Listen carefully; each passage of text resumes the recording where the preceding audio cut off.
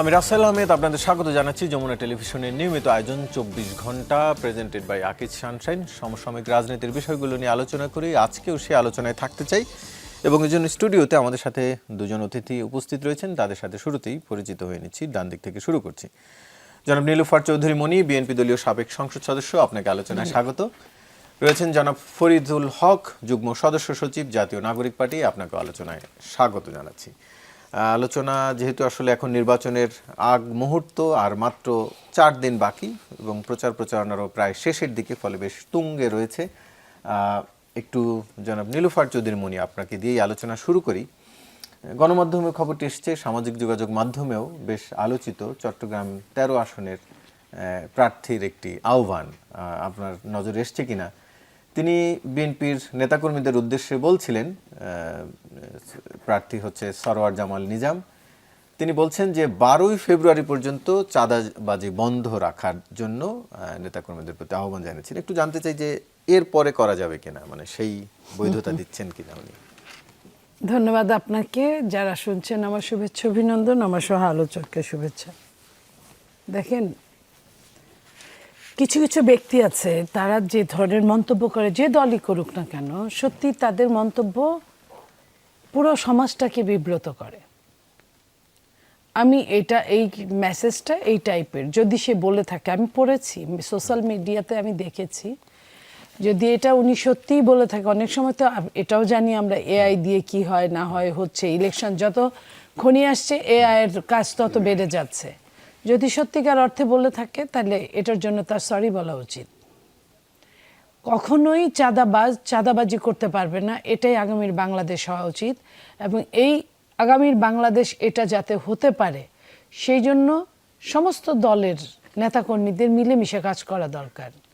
এবং কোনো চাঁদাবাজকে, যেটা বিএনপির চেয়ারম্যান আমাদের নেতা উনি বলেছিলেন যে আমার তো বহিষ্কার করা ছাড়া আর কোনো কাজ নাই, আমি আর কিছু করতে পারি না। একজনকে চাইলেই মারা যায় না, একজনকে চাইলেই রাষ্ট্র শাস্তি দিতে পারে, জনগণ শাস্তি দিতে পারে না।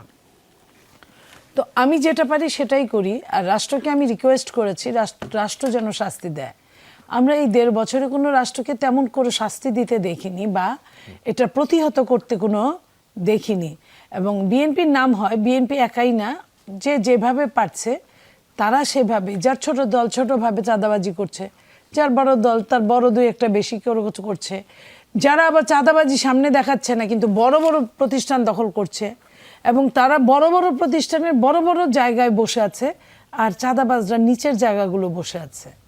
তো এই যে এখানেই জানতে চাই, জামাতের কথাই বলি, তারা দাবি করছে তাদের দলে চাঁদাবাজি কেউ করে না। তারা যদি নিয়ন্ত্রণ করতে পারে, বিএনপি পারছে না কেন? শোনেন, তারা চাঁদাবাজি করে না, এটা ভুল। তারা যে চাঁদাবাজিটা করে এটা হচ্ছে প্রাতিষ্ঠানিকভাবে চাঁদাবাজি করে। বিএনপি বা অন্য দল, এনসিপি বা আরও যারা আছে, যারা চাঁদাবাজি করে তারা ব্যক্তিগতভাবে ব্যক্তিকেন্দ্রিক চাঁদাবাজি করে। তারা যে প্রাতিষ্ঠানিকভাবে চাঁদাবাজি করে, ইট এভরিবডি নোজ। আপনি ইলেকশনের আগে চাঁদা মানুষের দরকার পড়ে, কেউ দিল, সচ্ছল মানুষ নির্বাচনী প্রচারণ জন্য, সেটা আলাদা। কিন্তু আপনি দেখেন জামাত একটা দল, সারা বছর সারা মাস তারা চাঁদাবাজি করছে বিভিন্নভাবে, বিভিন্ন আঙ্গিকে। তারা দখল বাণিজ্য, যেমন ধরেন, হ্যাঁ, যদি বলে যে আমাদেরই তো ছিল, এটা তো তারা নিজেরা দখল করতে পারে না। আমি যদি ইসলামিক ব্যাংকের কথাই বলি, তারা তো সরকারের রফা দফায় তারা দখল করবে বা দখলনামা পাবে, সেটা করতে পারতো। তারাও তাদের মতো করে সবখানে করছে। আপনার দখলবাজি, তারা প্রতিষ্ঠানগুলো, যেমন ধরেন প্রত্যেকটা ইউনিভার্সিটির ভিসিগুলো তারা দখল করে ফেলেছে, সচিবদের তারা দখল করে ফেলেছে, ডিসিএসপিকে তারা দখল করে ফেলেছে। এই জায়গাগুলোতে এটা বড় বড় ডিজাস্টার। আর এই যেগুলো আপনি শুরু করলেন, সেগুলো হলো যে ডিজাস্টার, এটা সমাজকে ক্ষতি করে, কিন্তু এটা চাইলে যে কোনো সময় বন্ধ করা যায়। এটা কি বিএনপিকেও একটু ক্ষতি করছে? অবশ্যই বিএনপিকে তো ক্ষতি করবে। বিএনপি যেহেতু একটা দল, বিএনপি যেহেতু রক্ত মাংসের মানুষরা বিএনপির দলটা করে, অবশ্যই তাদেরও ক্ষতি হচ্ছে না তা না। নইলে যে বিএনপি আপনার 5ই আগস্টের পরে যে ভাবমূর্তিটা ছিল সেই ভাবমূর্তি থেকে তো একটু হলেও সরে আসছে। বিএনপি এটা নিজে স্বীকারও করে। সেটা ভোটে কিন্তু প্রভাব পড়বে না? হ্যাঁ, ভোটে প্রভাব পড়বে? ভোটের যে প্রভাবটা পড়বে ওটা তেমন কিছু আসবে যাবে না। কারণ আপনার যদি ভোটের পার্সেন্টেজ থাকে 70%, 80%, সেখানে 2%, 1% গেলে ওটা ওইভাবে প্রতিক্রিয়া পড়বে না। এই কারণে যে ফ্যাসিস্ট নামে যে দলটি ছিল তারা যদি থাকতো, তাদের যদি হইচই থাকতো, তারা যদি আগের মতো মানে 15-20 বছর আগের তারা থাকতো, তাহলে যে প্রতিক্রিয়াটা পড়তো ওইটা এখন ওইভাবে পড়বে না আমরা মনে করি। যদি মেটিকুলাস ডিজাইন না হয় তাহলে প্রতিক্রিয়া পড়বে না। জি আপা, আপনার কাছে আবার ফিরছি, তবে তার আগে ফরিদুল হক একটু আপনার কাছে জানতে চাই, 2%-এর যে নাখোশ বা মানুষ তাদের ভোটে খুব একটা পড়বে না আপা বলছিলেন। পাশাপাশি আরেকটি বিষয় আপনার কাছে জানতে চাই, জামাতের আমি ডাক্তার শফিকুর রহমান বলেছেন আল্লাহ যদি আমাদের দেশের দায়িত্ব দেন কেউ আর চাঁদাবাজির সাহস করবে না। এনসিপিও কি সাহস করবে না? মানে ক্ষমতায় তো আপনারা তখন বন্ধু হয়ে যাবেন, মানে ক্ষমতার ভাগিদার হয়ে যাবেন। জি ধন্যবাদ আপনাকে, সম্মানিত সহ আলোচক এবং দর্শকদেরকে শুভেচ্ছা। চাঁদাবাজি করার জন্য তো এনসিপি নামে নতুন রাজনৈতিক দল করার দরকার নেই। চাঁদাবাজি করার জন্য তো পুরনো দলগুলো আছেই। পুরনো দলগুলোর মধ্যে যেই তো আমরা চাঁদাবাজি করতে পারতাম, আমাদেরকে নতুন দল করে এত কষ্ট করার কি দরকার? এটা তো দরকার ছিল না। মানে গণ অভ্যুত্থানের পরে গণ অভ্যুত্থানের মধ্যে যারা যুক্ত ছিল এবং গণ অভ্যুত্থানের মধ্য দিয়ে যাদের উত্থান হয়েছে, যে সমস্ত তরুণদের, তাদের অনেকেই তো বিএনপি কিংবা জামাতে যোগ দিয়েছে।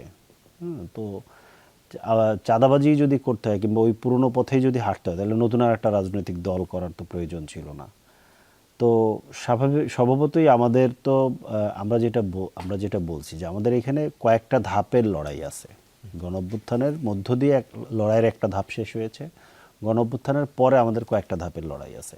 একটা লড়াই হচ্ছে যে ধরেন শাসন ব্যবস্থাকে গণতান্ত্রিক করার প্রশ্নের যে লড়াই, যেটা জুলাই সনদের মধ্য দিয়ে একটা লড়াই চলমান আছে, যেটা আমরা রাষ্ট্রকে একটা গণতান্ত্রিক রূপান্তর করতে চাই, রাষ্ট্রকে সংস্কার করে, সেটা একটা ধাপ আছে। এর পরের ধাপ কি? এটা যদি হয়, কারণ এই চাঁদাবাজি সহ দুর্নীতি সহ যা যা কিছু আছে সব কিছুই কিন্তু এই শাসন ব্যবস্থার সাথে রিলেটেড। শাসন কাঠামো এবং শাসন ব্যবস্থা যদি ওইরকম থাকে তাহলে কেবলমাত্র এটা করা যায়, না হলে এটা করা যায় না। প্রত্যেকটার সাথে প্রত্যেকটা রিলেশন আছে। তো আমাদের কাছে মনে হয়েছে যে মানে প্রধান যে জায়গাটা, গোড়াটা যদি আপনি ঠিক না করেন, আপনার ডালপালা ঠিক করে কাজ হবে না। গোড়ায় যদি গলত থাকে ডালপালার মধ্যে কোনো কাজ হয় না। যে ব্যাপারটা হচ্ছে অনেকটা ওই যে মাছের মাথার মতো, পচনটা মাছের মাথায় ধরলে সব পচে যায়। তো মাথাটা ঠিক রাখতে হবে। কিংবা ধরেন আরেকটা উদাহরণ দিতে পারি যে ধরেন অপরাধ তো পানির মতো, উপর থেকে নিচে গড়ায়। উপরে যদি আপনি বন্ধ করে দেন তাহলে নিচে এটা আসবে, নিচ পর্যন্ত এটা যাবেই না। তো উপরটা প্রধানত ডিফাইন করে হচ্ছে আপনার কি বলে যে এই রাষ্ট্র এবং রাষ্ট্রের কাঠামো, এটার উপরে দিয়ে ডিফাইন করে।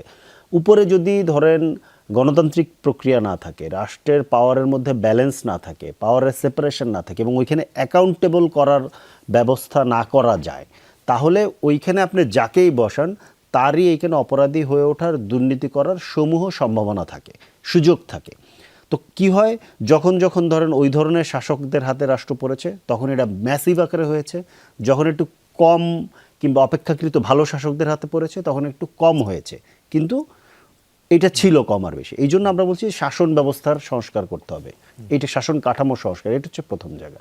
এর পরের জায়গাটা কি? এর পরের জায়গাটাই হচ্ছে গিয়ে দুর্নীতি, চাঁদাবাজি, দখলবাজি সহ পলিটিক্যাল পাওয়ারকে ব্যবহার করে যেভাবে ধরেন এইখানে অর্থবিত্ত তৈরি করার যে প্রতিযোগিতা আমরা গত 50 বছরে দেখেছি, সেইটা বন্ধ করা হচ্ছে আমাদের পরের ধাপের লড়াই। তো স্বাভাবিকভাবে আমাদের অবস্থানই তো এটার বিপক্ষে। তো আমাদের জায়গা থেকে তো এটা করার আপনি যে পচনের কথা সুযোগ বলছিলেন, এনসিপির শীর্ষ নেতাদেরও তো কারো কারো বিরুদ্ধে অভিযোগ ছিল, বা সেটি যদিও প্রমাণিত হয়নি এখন পর্যন্ত, তাই আমি নামও বলছি না, কিন্তু সেটি কি এনসিপি তাদের সকল শীর্ষ নেতাদেরকে সেই অভিযোগের হাত থেকে রক্ষা করতে পেরেছে? না, আমরা অভিযোগের হাত থেকে রক্ষা করার তো দায়িত্ব তো ধরেন আপনার না। অভিযোগ ধরেন যারা করেছে প্রমাণ তারা করবে, অথবা রাষ্ট্রীয় প্রতিষ্ঠান আছে তারা করবে। এটা নিয়ে তো ধরেন কোনো ইয়ে নাই। মানে এটাকে আমরা কাউকে বাধা দিয়েছি কোথাও, যে আমরা বলেছি যে আমাদের নেতাদের যাদের বিরুদ্ধে অভিযোগ আছে তাদের বিরুদ্ধে কোনো তদন্ত করা যাবে না? তদন্ত করতেই পারতো, তদন্ত করুক, তদন্ত করে বের করলেই তো এটা ক্লিয়ার হয়ে যাবে, তাই না? এখনও তো সুযোগ আছে। যদি কারোর বিরুদ্ধে সেরকম কোনো অভিযোগ থাকে, কেউ যদি আদতে কোনো অন্যায় করে থাকে, তার দায় তো আর দল নিবে না, এটা নেওয়ার তো কোনো সুযোগ নাই। এখন মানে অভিযোগ বিভিন্নভাবেই আসতে পারে, বিভিন্ন কারণেই অভিযোগ আসে, সেগুলো নিয়ে না। আরেকটা ব্যাপার হচ্ছে 1% 2%-এর কথা আপা যেটা বললেন, এটা ঠিক আছে, আপার দিক থেকে আপা কনফিডেন্টলি বলেছেন, কিন্তু আমার কাছে মনে হয়েছে যে এই যে অভিযোগগুলো এসছে বিএনপির উপরে, এবং যেভাবে মানে খুব অ্যাডামেন্টলি একজন প্রার্থী বলতে পারতেছেন প্রকাশ্য জনসভার মধ্যে, তার মানে বোঝা যায় যে অ্যাজ ইফ ওনারা ক্ষমতায় চলে এসছেন, 12 তারিখ পর্যন্ত থাকো, পরে আমরা করব, এই টাইপটা মানে কথার যদি আপনি ইনার মিনিংটা ধরেন তাহলে এরকম হয়। এটাতে প্রবলেম হয় কি, প্রবলেম হচ্ছে যে বাংলাদেশ তো আসলে জুলাইয়ের মধ্য দিয়ে একটা নতুন ফেজে প্রবেশ করেছে। এইটা বলে মানে এটা তো ধরেন অনেকটা আওয়ামী লীগ টাইপের কথা। আওয়ামী লীগের নেতারা কিন্তু এই ধরনের বিভিন্ন কথা বলতো, কিন্তু আওয়ামী লীগের নেতারা কথা বলার পরেও আওয়ামী লীগদের নেতাদের সমস্যা হতো না। কেন? কারণ তাদের তো ভোট লাগতো না, ভোট ছাড়াই তারা ক্ষমতায় ছিল এবং ভোট ছাড়াই ক্ষমতা তারা কন্টিনিউ করতে পারতো।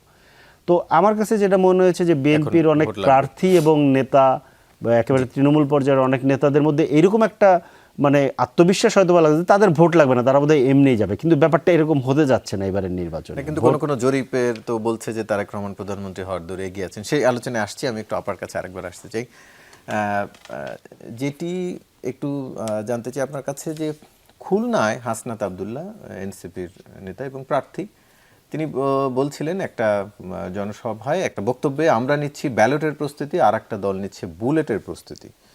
এবং আমরা দেখলাম যে সেনাবাহিনী বিভিন্ন জায়গা থেকে গোলাবারুদ অস্ত্র উদ্ধারও করছে। তার বক্তব্য, দলের নাম না বললেও আমরা বুঝতেই পারছি প্রতিদ্বন্দ্বী বিএনপির প্রতি তাদের ইঙ্গিত। দেখেন, এই যে তারা বলে, আমরা আসলে বড় দল হিসেবে সব কিছুর উত্তর দিতে চাই না, দেওয়াটাও আমরা সমীচীন মনে করি না। ওদের বয়সও কম, নতুন দল, কথা বলার সময় খেই হারিয়ে ফেলে। আপনার মনে আছে নিশ্চয়ই, তাদের যে একজন উপদেষ্টা ছিল, 3 জনের একজন, কি বলেছিল?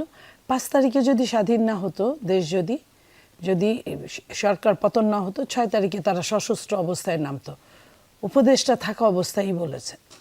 এখন কথা হলো যে তাদের উপদেষ্টা যখন এই কথা বলে, এবং এখন পর্যন্ত সরকারি অস্ত্র যখন প্রায় 1400-র মতো খোয়া যাওয়া থাকে, লক্ষ লক্ষ গোলা বারুদ খোয়া যাওয়া থাকে, তখন ভূতের মুখে রাম নাম। তারা যখন এই ধরনের কথা বলে, সত্যি অবাক হওয়ার মতো। কারণ তারা কথায় কথায় যেভাবে বুক চিতিয়ে চলে, আর মানুষকে যেভাবে তুচ্ছ তাচ্ছিল্য করে, যেভাবে কথা বলে, আপনি অত দূরে যাওয়ার দরকার কি? ঢাকা 8 আসনটা আপনি দেখেন, প্রতিদিন প্রতি মুহূর্ত সকাল থেকে রাত অবধি কিভাবে একজন সিনিয়র নেতাকে তুচ্ছ তাচ্ছিল্য করে কথা বলা হয়। আমি একটা উদাহরণ দিলাম, 2টা উদাহরণ দিলাম। তো এরপরে যদি তারা এই ধরনের কথা বলে যে তাদের এত সমস্যা, তারা অন্যকে নিয়ে কথা বলে যে সূচ বলে চালুনি বলে সূচকে যে তোমার পাছায় ফুটা আছে। তো তার ফুটার জন্য কিন্তু বাংলাদেশের মানুষ আজকে, যে ছেলে মেয়েগুলো এই দেশটাকে স্বাধীন করার জন্য অগ্রণী ভূমিকায় ছিল, আজকে তাদের অবস্থা দেখেন। তারা ডাকলেও আর লোকজন আসে না, তারা বললেও লোকজন তাদের বিশ্বাস করে না। এই বিশ্বাসটা কি বিএনপির জন্য হারিয়েছে তারা? এই বিশ্বাসটা তাদের কৃতকর্মের জন্য তারা হারিয়েছে। এই যে আমার ছোট ভাই যে কথাটা বললেন যে তাদের কোনোই নাই, আপনি বলেন যে সাবেক এমপি শাম্মীর বাসায় যে চাঁদাবাজি নিয়ে কি কথা হলো, হাঁসের মাংস কোথা থেকে আসলো? ওইখান থেকে। কারণ চাঁদাবাজ নিজে বলে ফেলেছে যে কারা কারা তাকে এইখানে আসার জন্য প্ররোচিত করেছে, সহযোগিতা করছে। তা এরপরে কি আর বলার অপেক্ষা রাখে? এই যে মাস্তানদের অ্যারেস্ট করলো, ধানমন্ডি বিএনপির একজন নেতার বাসায় বসে সে ভিডিও রেকর্ড করা হয়েছে, সেরকমের অভিযোগ। তারপরে কিন্তু ধরাও পড়েছে যেগুলো যে ভুয়া, এবং তার ওয়াইফ বলেছে আমাকে আমার হাজবেন্ডকে ছাড়িয়ে দিবে এবং আমার হাজবেন্ডকে আগের পথ ফেরত দিবে, এইসব বলে আমাকে দিয়ে এটা বলিয়েছে। এটাও কিন্তু আপনি শুনেছেন। এবং এই টাইপের কথাগুলো একটা দুইটা না। আপনার ধানমন্ডিতে ডাকাতি করতে গিয়ে কি হলো, ধানমন্ডি থানার পুলিশ যখন অ্যারেস্ট করলো, তাকে একদম ফিল্মি কায়দায় তাকে ছেলে 2-3টাকে আপনার তুলে নিয়ে আসা হলো। এরকম কিন্তু একটা দুইটা না, অনেকগুলো হয়েছে। তা এই জন্য আমি, বিএনপি একটা অনেক পুরানো দল, প্রায় 40-50 বছরের কাছাকাছি বয়স হয়েছে। সেইখানে বিএনপির এত বড় দল, বড় দল সামাল দিতেও তো 18 বছর 19 বছর সরকারে থাকতে পারে নাই, দেশে থাকতে পারে নাই, বিএনপি নেতাকর্মী এলাকায় থাকতে পারে নাই, সেখানে অনেক সমস্যার মধ্য দিয়ে তাদের জার্নি করতে হয়েছে। সেই সমস্যা আর ছোট্ট একটা দলের সমস্যা যদি এক হয়ে যায় তাহলে তো বলার আর কিছু থাকে না। তারা তো এই সমাজটাকে ঢেলে সাজাবে বলেই আসছে, তো এটা কি ঢেলে সাজানোর নমুনা? তারা সুযোগ পেলে আরও বেশি বেশি বড় বড় একটা নারী আপনার এর মধ্যে ধরা পড়েছে কত কোটি টাকার চাঁদাবাজি করতে গিয়ে, এবং সেই চাঁদাবাজির হিস্সা কাকে কাকে দিয়েছে সে কিন্তু বলেছে। তো এই যে এই নারীরাও পর্যন্ত আপনার এখান থেকে বিচ্ছিন্ন না, এর ভেতরেই আছে। তো আপনার এরপরে যদি তারা যদি এই ধরনের কথা বলে তাহলে মানে দোকান কাটা নাকি রাস্তার মাঝখান দিয়ে যায়, আমি এটা বলা ছাড়া আর কিছুই বলতে পারছি না। জি, ফরিদুল হক, একটু আপনার কাছেও জানতে চাই ছোট করে। আজকে CPD, centre for policy dialogue, সিপিডির গবেষণা পরিচালকও একটি মন্তব্য করেছেন। আমরা ভেবেছিলাম জাতীয় নির্বাচন অনেকগুলো রাজনৈতিক দল অংশ নেবে, কিন্তু শেষ পর্যন্ত একটা দ্বিদলীয় নির্বাচন হতে যাচ্ছে, অর্থাৎ দুই দলের মধ্যে লড়াই। এনসিপি সেখানে যে একটি শক্তি হয়ে উঠতে পারল না, যেটি জুলাই অভ্যুত্থানের পরে অন্যতম জনপ্রিয়তার শীর্ষে ছিল এই তরুণ নেতৃত্ব, সেটি কি আবার এই যে অভিযোগ আপা যেগুলো বললেন সেই কারণে কি সে আস্থা হারিয়েছে? না, এটা আমি মনে করি না। অভিযোগগুলো ধরেন এগুলো নেহায়েতি অভিযোগ। এগুলো অভিযোগ মানে ধরেন এনসিপিকে যেভাবে ফ্রেমিং করার চেষ্টা করা হয়েছে, এনসিপি কিংস পার্টি। এনসিপি যদি সত্যি কিংস পার্টি হতো তাহলে এনসিপির সাথে সংশ্লিষ্ট নেতাকর্মীদেরকে কেউ জেলে নেয়? কোথাও আপনি দেখছেন কোনো রাজার দলের নেতারা জেলে যায়? এটা তো না। ব্যাপারটা হচ্ছে যে বিভিন্ন ঘটনাকে বিভিন্ন অল্প বয়সী ছেলে মেয়েদের আবেগকে পুঁজি করে বিভিন্নজন বিভিন্নভাবে ফায়দা লোটার চেষ্টা করেছে। আপনার বৈষম্যবিরোধী ছাত্র আন্দোলনের মধ্যে বৈষম্যবিরোধী ছাত্র আন্দোলন কখনোই এনসিপির সাথে সংশ্লিষ্ট কোনো প্রতিষ্ঠান ছিল না, এখনও নাই। মাঝখানে বৈষম্যবিরোধী ছাত্র আন্দোলনের কার্যক্রম বন্ধ ছিল। বৈষম্যবিরোধী ছাত্র আন্দোলনের বিভিন্ন মধ্যে বিএনপির লোকেরা ছিল, মানে ছাত্রদলের ছেলেমেয়েরা ছিল, শিবিরের ছেলেমেয়েরা ছিল, ইভেন আওয়ামী লীগের ছাত্রলীগেরও কিছু ছেলেমেয়েরা ছিল এখানে, এবং প্রত্যেকেই এই ব্যানারটাকে ব্যবহার করেছে তাদের মতো করে। এবং এইখানে বিভিন্ন ধরনের একদম রাজনীতি না করা এরকম কি বলে আনাড়ি টাইপের শিক্ষার্থীরাও যুক্ত হয়েছিল। তাদেরকে বিভিন্নভাবে বিভিন্নজন ব্যবহার করেছে, ব্যবহার করে তাদেরকে কিন্তু বিভিন্ন ট্র্যাপে ফেলেছে, বিভিন্ন ফাঁদে ফেলেছে। সেইগুলো ভিন্ন প্রশ্ন। কিন্তু বৈষম্যবিরোধী ছাত্র মানে আপা যে দুইটা ঘটনার কথা বললেন, দুইটা ঘটনাই তো বৈষম্যবিরোধী ছাত্র আন্দোলনের নেতাদের সাথে হয়েছে। তো এইটার দায় এনসিপি কিভাবে নেয়? এটার দায়িত্ব এনসিপির কাঁধে আসে না। যদি ধরেন ওই ধরনের ইয়ে থাকে। কিন্তু ধানমন্ডির ঘটনা যেটি, তিনি বৈষম্যবিরোধী নেতা হলেও তিনি এখন এনসিপি নেতা। এনসিপির নেতাই তো ধানমন্ডির এটা ছাড়িয়ে আনার জন্য তাকে কিন্তু শোকজও করা হয়েছে, এবং তাকে একটা সাময়িক সময়ের জন্য অব্যাহতিও দেওয়া হয়েছিল। এরপরে সে কার্যকর ব্যাখ্যা দিয়েছে, ব্যাখ্যার পরে তাকে কিন্তু এই অব্যাহতি প্রত্যাহার করা হয়েছে। তো এখন এই ধরনের ঘটনা, এটা কতটুকু ঘটনা সত্য, কতটুকু মিথ্যা, আপনি খেয়াল করে দেখেন। যে ঘটনাগুলো মানে সামনে এসছে, বেশিরভাগ ঘটনাই ধরেন আওয়ামী লীগের লোকজনের সাথে সংশ্লিষ্টতা। মানে একটা স্বাভাবিক ব্যাপার যে ধরেন একটা ছেলে, যেই ছেলে মানে আমি ঠিক জানি না ঘটনাটা কি ঘটেছিল, যেই ছেলে আওয়ামী লীগের বিরুদ্ধে আন্দোলন করলো, আওয়ামী লীগের এমপির বাসায় সে কি করে, কে তাকে নিয়ে গেল? এই প্রশ্নগুলো তো ধরেন মনে করেন যে খুব ভ্যালিড প্রশ্ন, তাই না? এই প্রশ্নগুলো তো আমরা খুঁজিনি।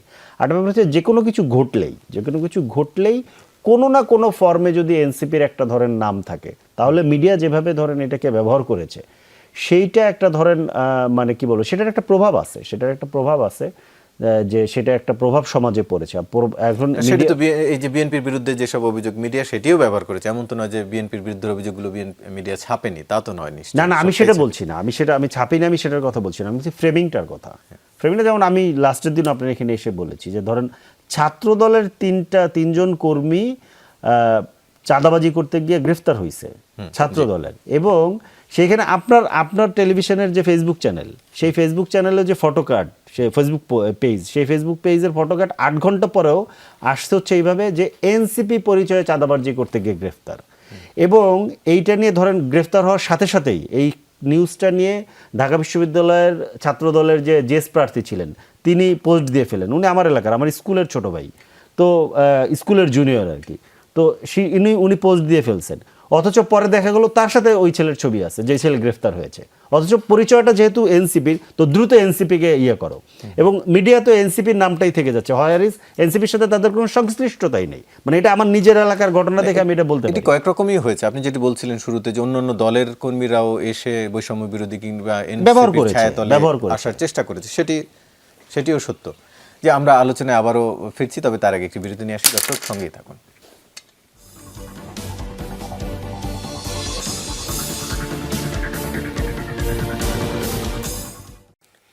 আবারও স্বাগত, দেখছেন 24 ঘন্টা আলোচনায় ফিরছি। ফরিদুল হক, একটু আপনাকে দিয়েই জানতে চাই, গতকাল বিশেষ করে শাহবাগ এবং যমুনার আশপাশে যে বড় ধরনের আসলে সহিংসতা, সংঘাত পুলিশের সাথে আন্দোলনকারীদের, সেটি নিয়ে আমরা কিছুটা আলোচনা গতকাল এবং আর আগের দিন আসলে কিছুটা আলোচনা আমরা করেছিলাম, কিন্তু সেটি পরে এতটাই খারাপ পর্যায়ে যায়। আজকে নাসিরউদ্দিন পাটোয়ারি একটি অনুষ্ঠানে বলেছেন সরকারের একটি মহল নির্বাচন বানচালে ইনকিলাব মঞ্চের উপর হামলা চালিয়েছে। আমরা দেখেছি পুলিশের মারধরের কথা, এবং যদি পুলিশ বলছে গোলাগুলি হয়নি কোনো ধরনের, আর অপর পক্ষ থেকে দাবি এসছে যে গুলিবিদ্ধ হয়েছেন কয়েকজন। তো সেটি একটু জানতে চাই, সরকারের মধ্য থেকে কেন নির্বাচন বানচালের ষড়যন্ত্র? এনসিপি এরকম কোনো তথ্য জানে? এটি কি তার ব্যক্তিগত মত নাকি? না, এখানে তথ্যের ব্যাপার না। সরকার বলতে হচ্ছে যে সরকার তো একটা না, এখানে প্যারালালি অনেকগুলো সরকার আছে গত 1.5 বছর ধরে। এটা তো একটা কোনো সরকার না, সরকারের ভিতরে অনেকগুলো পক্ষ আছে। তো স্বাভাবিকভাবে কোনো একটা পক্ষের এরকম খায়েশ থাকতেও পারে যে আচ্ছা, নির্বাচনটা যদি বানচাল হয় তাহলে তো আমরা একটু বেশি সময় সুবিধা ভোগ করলাম। এই খায়েশ থাকা অস্বাভাবিক কিছু না, ক্ষমতার খায়েশ তো সবার আছে। তো সেটা থাকার যথেষ্ট মানে মানে যদি কারোর ভেতরে এটা থাকে, তার মধ্যে বানচাল করার একটা প্রচেষ্টা থাকাটা খুব স্বাভাবিক। এখন কারণ যে ঘটনাটা ঘটেছে সেটা হচ্ছে যে একটা তো ব্যাপার যে ইনকিলাব মঞ্চ যেভাবে ইনকিলাব মঞ্চের ওই গতকালকে যতটুকু মুভমেন্ট তারা করেছে, এটা তো পুরোপুরি একটা শান্তিপূর্ণ মুভমেন্ট। শান্তিপূর্ণ মুভমেন্টকে ঠিক আছে, যদি তারা মনে করে ডিসমেন্টেল করতে চায়, এটাকে ছত্রভঙ্গ করতে চায়, তাহলে এইটাকে শান্তিপূর্ণ পথেই ছত্রভঙ্গ করার অনেকগুলো তরিকা আছে, অনেকগুলো কৌশল আছে। কিন্তু পুলিশের যেরকম এগ্রেসিভ আক্রমণ দেখা গেছে, এবং যে একরকম ব্যক্তিগত ক্ষোভ থেকে তারা যে ধরনের আক্রমণ করেছে এবং যে ভাষার প্রয়োগ করেছে, যে ধরনের ক্ষোভ তারা পুলিশ সদস্যদের মুখ থেকে শোনা গেছে, এটা তো স্বাভাবিকভাবে মনে হয় যে তাদের কোনো একটা উদ্দেশ্য ছিল, উদ্দেশ্য প্রণোদিতভাবে তারা এটাকে ছত্রভঙ্গ করতে চেয়েছে কিংবা এই আন্দোলনটাকে দমাতে চেয়েছে। সো এই জায়গা থেকে যে কোনো কিছুই ঘটতে পারে। এখানে আমি মনে করি সরকারের দায়িত্বশীল জায়গা থেকে তদন্ত করে এইটা পরিষ্কার করা দরকার, কারা এই রকম হামলার পেছনে নির্দেশ দিল, কারা এই হামলা করলো, এইটা মানুষের সামনে পরিষ্কার করে দেওয়া দরকার। তাহলে এই ধরনের ঘটনা, মানে যদি কারোর ভেতরে অসৎ উদ্দেশ্য থাকেও, তাহলে তারা স্বাভাবিকভাবে এটা মানুষের সামনে যখন পরিষ্কার হয়ে যাবে, তখন আর এটা নিয়ে কেউ উচ্চবাচ্য করার সাহস পাবে না। মূল কথা হচ্ছে যে যে কোনো পরিস্থিতিতে যে কোনোভাবে নির্বাচন বানচাল করা কোনোভাবেই আমরা এফোর্ড করতে পারি না। আমাদের নির্বাচন হতেই হবে, এবং ভালো নির্বাচন হতে হবে, গ্রহণযোগ্য নির্বাচন হতে হবে। কারণ নির্বাচন বানচাল করা মানেই হচ্ছে প্রধানত এখানে পতিত ফ্যাসিস্ট এবং তাদের সহযোগী এবং তাদের আশ্রয়দাতা দিল্লি সবার লাভ। এইটা করার জন্য যদি ভেতর থেকে কেউ চেষ্টা করে, যারা এখন সরকার রাষ্ট্রের মধ্যে আছে, এরকম ভেতর থেকে যদি কেউ চেষ্টা করে, তাদেরকে সম্ভব হলে উন্মোচন করা দরকার, তাদের মুখোশ মানুষের সামনে উন্মোচিত করে দেওয়া দরকার। কারণ কোনোভাবে নির্বাচনের কোনো বিকল্প এই মুহূর্তে আমাদের সামনে নেই। নির্বাচন হতেই হবে 12 তারিখে, এবং খুব ভালোভাবে হতে হবে। জি, নীলুফার চৌধুরী আপা, একটু আপনার কাছ থেকেও জানতে চাই যে বিএনপির পক্ষ থেকেও এরকমের অভিযোগ, নির্বাচন বানচালের বা ষড়যন্ত্রের অভিযোগ করা হচ্ছে, কিন্তু সরকারের বা সেরকম স্পষ্ট করে বলা হয়নি। যে এনসিপি থেকে আজকে বললো যে সরকারের একটি পক্ষ, বিএনপি কি এখনো নির্বাচন বানচালের চেষ্টা দেখে কিনা? হ্যাঁ, বিএনপি এখনো দেখে, যে কোনো সময় এটা হতে পারে। এটা অনেক দিন যাবতই একটা শ্রেণী এটা চেষ্টা করে যাচ্ছে যাতে নির্বাচন না হয়, এবং নির্বাচনের এমনও বলা আছে যে নির্বাচনের দিনও 12টা 1টা নাগাদ এমনও হতে পারে, সেই দিনও বানচাল করতে পারে। এই চেষ্টা অব্যাহত আছে ষড়যন্ত্রকারীদের। তো বিএনপি এটাই বোঝানোর চেষ্টা করে যে বাংলাদেশে এখন যে অবস্থায় আছে, একটা নির্বাচনের ভীষণ প্রয়োজন। নির্বাচনটা বানচাল করলে দেশটা ভীষণভাবে হুমকির মুখে পড়ে যাবে।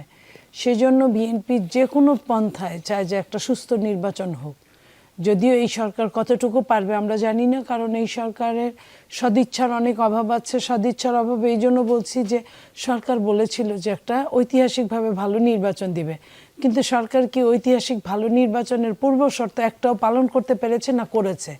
না তার আন্তরিকতা ছিল, না তার চেষ্টা ছিল, কোনোটাই তার ছিল না। সে গোলা বারুদ, বন্দুক, এইসব বললাম, এবং লিগ্যাল বন্দুকগুলো যে অস্ত্রগুলো যে জমা দিতে হয় থানায়, আমরা ছোটবেলা থেকে দেখে এসেছি, সেটাও আমরা এইবার দেখিনি। বরং উপরন্তু যারা প্রার্থী, প্রায় 2000-এর মতো প্রার্থী, তাদেরকে বলা হয়েছে চাহিদা মাত্রই তারা লাইসেন্স করতে পারবে, এবং অনেকে হয়তো করেছেও। তো এই যে অস্ত্রের ঝনঝনানি, তারপরে আপনার প্রশাসনের যে একপেশে একটা নীতি আছে, প্রশাসন যে সঠিকভাবে কাজ করছে না সেটা, এবং তারপরে আপনার সরকারের অন্যান্য আইন শৃঙ্খলা রক্ষাকারী বাহিনী, সরকারের আর অন্যান্য হ্যান্ডসগুলো, তাদের যে ট্রমা থেকে তারা বের হতে পারে না। যে কোনো একটা মব হলে, যে কোনো একটা মারামারি হলে পুলিশ কিন্তু নির্লিপ্ত দাঁড়িয়ে থাকে। তো নির্বাচনের দিন যদি কোথাও কোনো সমস্যা ঘটে, পুলিশ যদি এইভাবে দাঁড়িয়ে থাকে, সেনাবাহিনীর সদস্যরা, জরুরি অবস্থা চলছে বাংলাদেশে, সেনাবাহিনীর সদস্যরা দ্বিতীয়বারের মতো ডেভিল হান্টের মানে দায়িত্ব পেয়েছে। শুধু দায়িত্ব পেয়েছে তা না, বলা হয়েছে ম্যাজিস্ট্রেসি পাওয়ারও তাদের হাতে আছে, কিন্তু আমরা ওইভাবে দেখিনি যে কোনো, তারা জানে গোয়েন্দা সংস্থা চাইলেই অস্ত্রবাজদের ধরতে পারে, চাইলেই যত লোক জেলখানা থেকে পালিয়েছে তাদেরকে, ফেরার আসামিদেরকে ধরতে পারে, চাইলেই শীর্ষ সন্ত্রাসীদের সরকার জামিন দিয়েছে, তাদেরকে আবার নির্বাচন পর্যন্ত অন্তত জেলখানায় রাখতে পারে, কিন্তু সেটা তো সরকার করে নাই।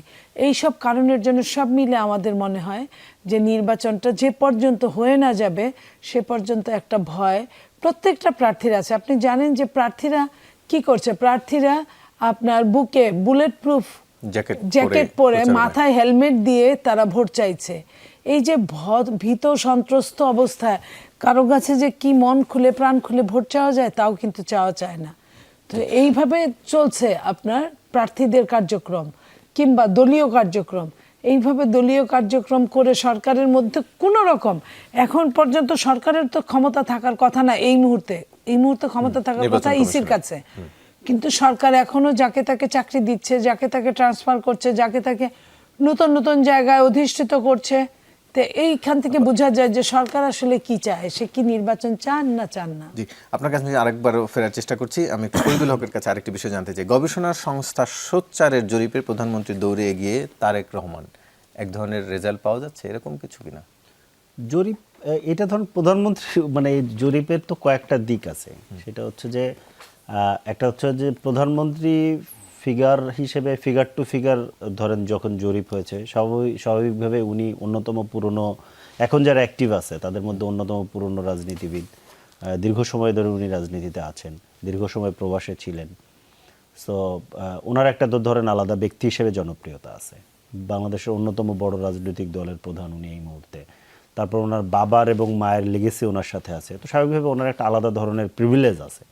সো এই প্রিভিলেজ থেকে ধরেন ওনার এক ধরনের ইয়ে আছে। কিন্তু জরিপে তো আবার পাল্টা এরকমও আছে যে কারা কাকে কত পার্সেন্ট ভোট দিতে চায়।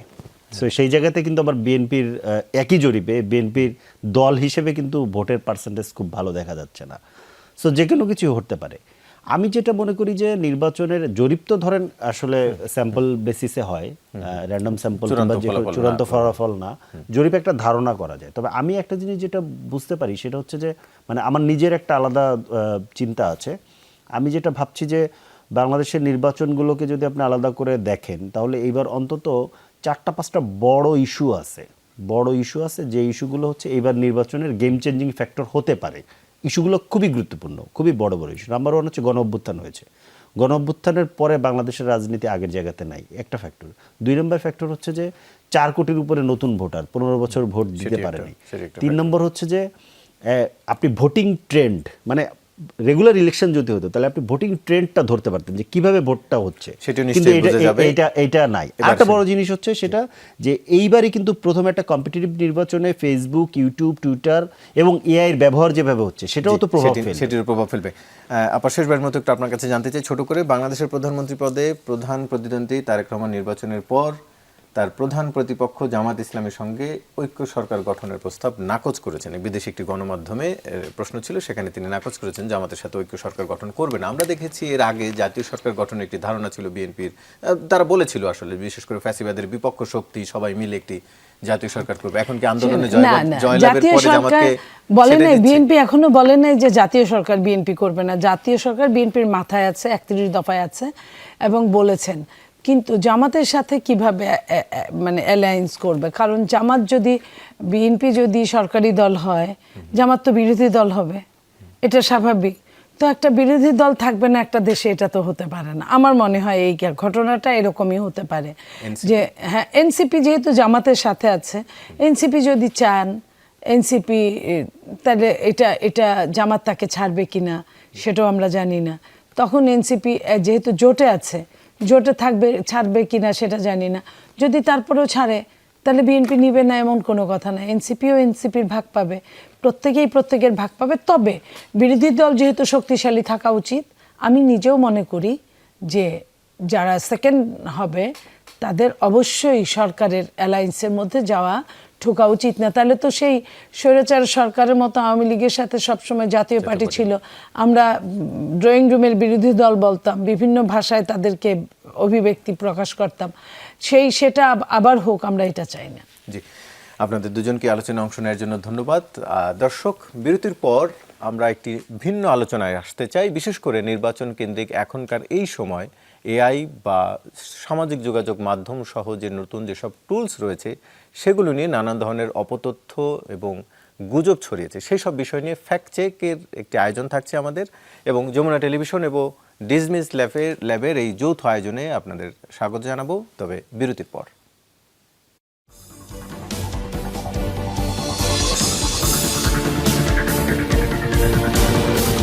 বিরতির পর আবারও স্বাগত, দেখছেন 24 ঘন্টা। আমরা সিচুয়েশন রুম 24 ঘন্টার সাথে যুক্ত ডিজমিস ল্যাব এবং যমুনা টেলিভিশনের এই পর্বে আপনাদেরকে আরও একবার স্বাগত জানাচ্ছি। আলোচনা করব তবে ফ্যাক্ট চেক নিয়ে, ভোট কেন্দ্রিক ফ্যাক্ট চেক নিয়ে, এবং এই আলোচনার জন্য আমাদের সাথে অতিথি হিসাবে স্টুডিওতে রয়েছেন তৌহিদুল ইসলাম রাসো, রিসার্চ অফিসার, ডিজমিস ল্যাব। আপনাকে আলোচনায় স্বাগত জানাচ্ছি। একটু এই সময়টাতে যে ভুয়া তথ্য বা ভুয়া ফটোকার্ড বিশেষ করে ফেসবুকে বা অন্যান্য আরও সোশ্যাল মিডিয়ায় আলোচিত হয় বা আলোচনা আসে সামনে, সেগুলোর প্রভাব এবং সেই বিষয়গুলো নিয়ে একটু আপনার কাছে জানতে চাই। শুরুতে আমি একটু জানতে চাই যে সম্প্রতি একটি ফটোকার্ড সামনে এসছে, ইতিমধ্যে গাজীপুরের 5টি সংসদীয় আসনে ভোট স্থগিত, এবং এখানে বেশ যারা এটি ছড়িয়েছেন বেশ বিজ্ঞপ্তি আকারে তাদের একটি দেখা গেছে রিটার্নিং অফিসারের কার্যালয় থেকে প্রজ্ঞাপন আকারে বোধহয় তারা সামনে এনেছেন। এই ধরনের কার্ড আসলে কারা করে, এবং এই যে একেবারে হুবহু অরিজিনাল আবার সাথে এক্সক্লুসিভ লেখা এরকমের কার্ডগুলো দেওয়া হচ্ছে, সেটি বা কিভাবে করছে, একটু এইটা নিয়ে আপনার ওপিনিয়ন জানতে চাই। প্রথমত কারা করছে এটা আসলে স্পেসিফাই করে বলা এই মুহূর্তে মুশকিল, কারণ এটা অনেক বিষয় থাকে যে সোশ্যাল মিডিয়াতে কাকে আমি কি ট্যাগিং করব বা কাকে কি অ্যাফিলিয়েশনে যুক্ত করব, সেটা আসলে অনেক সময়সাধ্য ব্যাপার। বাট এই যে কথাটা আপনি বললেন যে ফ্যাক্ট চেকের বিষয়টা, যে গাজীপুরে 5টি আসনে সংসদীয় ভোট গ্রহণ স্থগিত করা হয়েছে, এটা ফ্যাক্ট চেকের ক্ষেত্রে যদি আমি বলি, এটা সামাজিক মাধ্যমে দুইভাবে আমরা দেখতে পাচ্ছি। অনেকে হচ্ছে লিখিত পোস্ট আকারে শুধু বলছে, কেউ পোস্টে হচ্ছে আপনার যে ক্যাপশনটা থাকে সেখানে বলার পাশাপাশি সেখানে একটা প্রজ্ঞাপন, যেটা আপনি বললেন, সেটা যুক্ত করে দিচ্ছে। সেটা হচ্ছে আপনার গাজীপুরের যিনি জেলা প্রশাসক এবং রিটার্নিং কর্মকর্তা, তার একটা বিজ্ঞপ্তি। সো ওই বিজ্ঞপ্তিটা ভুয়া এরকম না, তিনি আসলে ওরকম একটা বিজ্ঞপ্তি দিয়েছিলেন যে হচ্ছে সংসদীয় যেই নির্বাচনের জন্য যে মালামাল যেগুলো থাকে, নির্বাচন কেন্দ্রিক ব্যালট পেপার বা এই গণভোটের যে বিষয়গুলো, সেই মালামালগুলো যে আপনার বাকি যেই কেন্দ্রগুলোতে যাওয়ার কথা বা অ্যাসিস্ট্যান্ট রিটার্নিং অফিসারগুলোর কাছে যাওয়ার কথা, সেটা হচ্ছে যেই দিনটা ছিল ওই দিনটাতে না গিয়ে একটু পরে যাবে, এরকমের একটা বিজ্ঞপ্তি ওই সময় স্থগিতাদেশ দেওয়া হয়েছিল। এই জিনিসটাকে টুইস্ট করে আসলে বলা হয়েছিল ভোট গ্রহণই আসলে স্থগিত করা হয়েছে।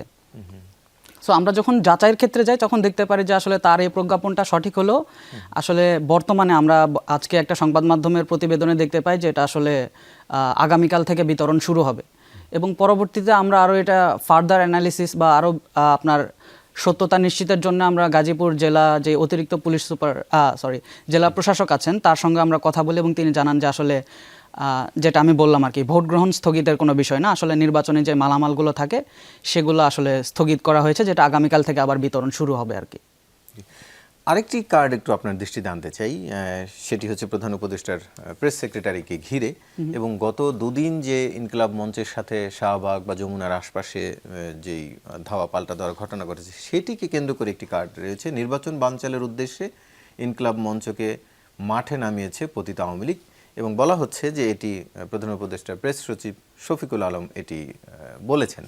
এরকম একটি কার্ড, এটি তো অনেক সময় মানুষের বিশ্বাসযোগ্য হয়ে যায়, কারণ একেবারে কারেন্ট সিচুয়েশনের উপর বেস করে কার্ডগুলো তৈরি হয়। এইটার কিভাবে আসলে আপনারা পেলেন সত্যতা?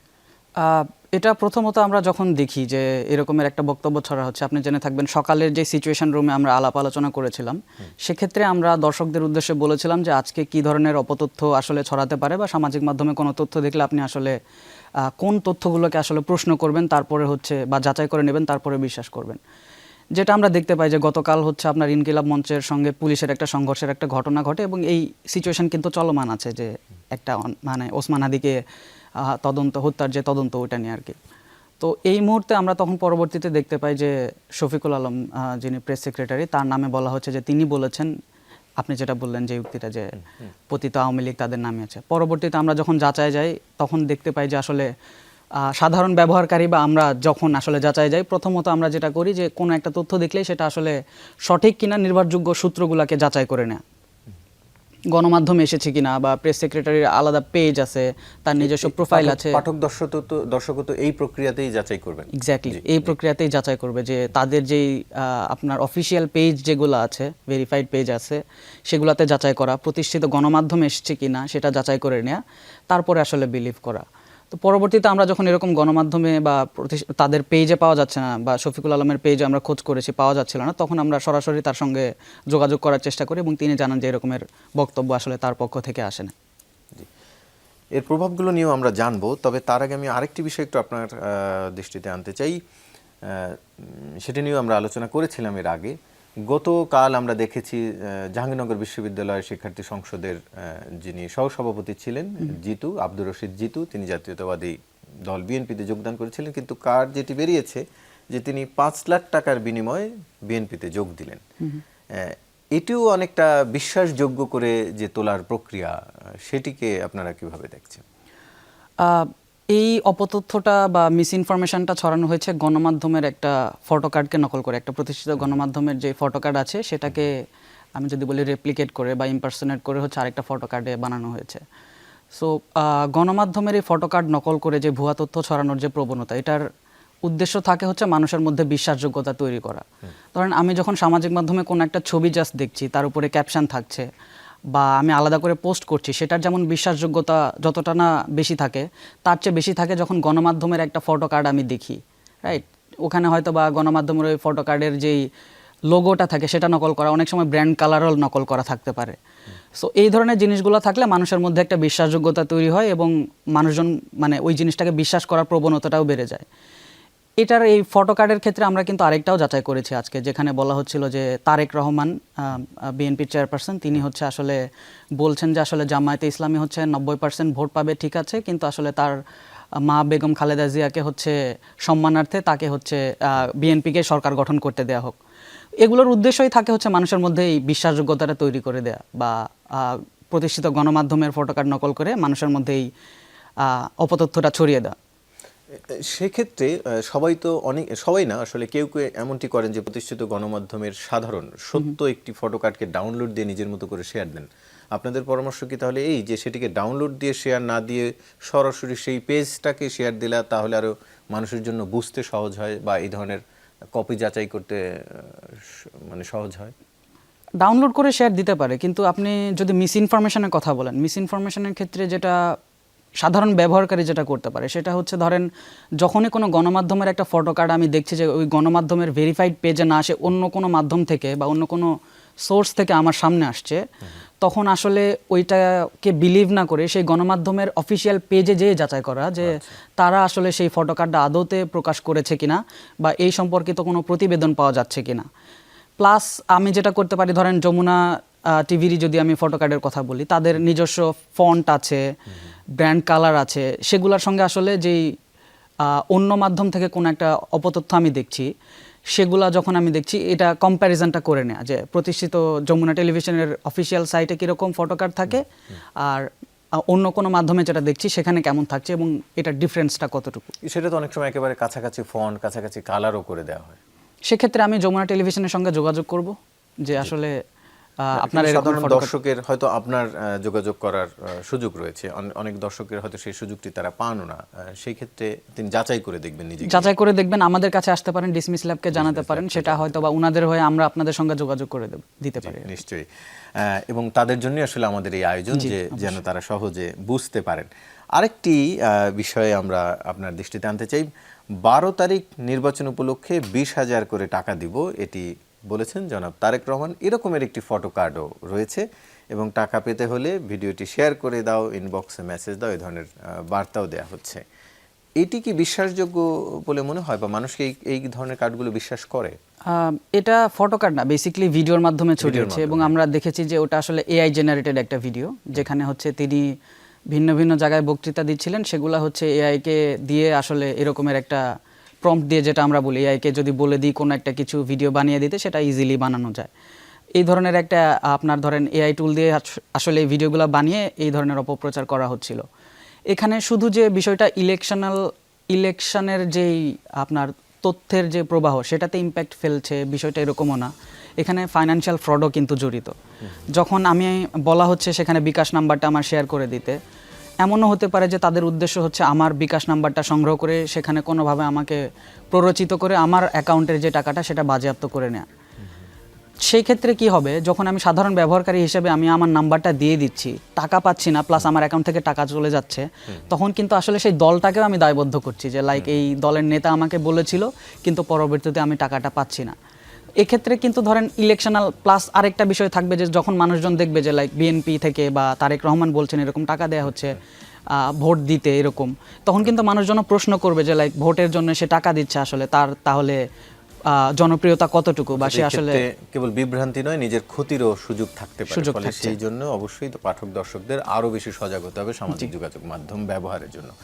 আপনাকে ধন্যবাদ আমাদের সাথে আলোচনা অংশ নেওয়ার জন্য। নিশ্চয়ই আমরা ভোটের আগ পর্যন্ত বা এর পরেও এই ফ্যাক্ট চেকের এই আয়োজন আমরা অব্যাহত রাখবো এবং মানুষকে আরো সচেতন করার চেষ্টা করব। দর্শক, এই ছিল আজকের 24 ঘন্টার আয়োজন। সাথে থাকার জন্য ধন্যবাদ সবাইকে।